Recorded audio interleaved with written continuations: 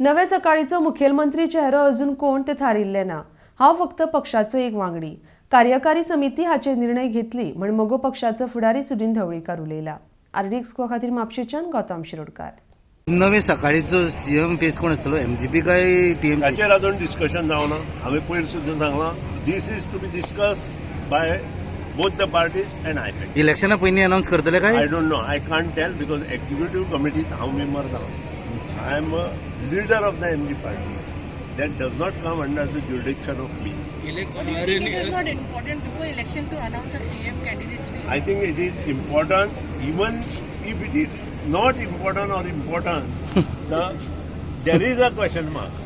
And that question mark, we want to give a good administration, good governor. And who will give good governor, good administration, you know also. Result उपरांत एमजीपीन तडजोडीची तयारी दवरला। Result उपरांत एमजीपीन तडजोडीची तयारी दवरला काय म्हणटा?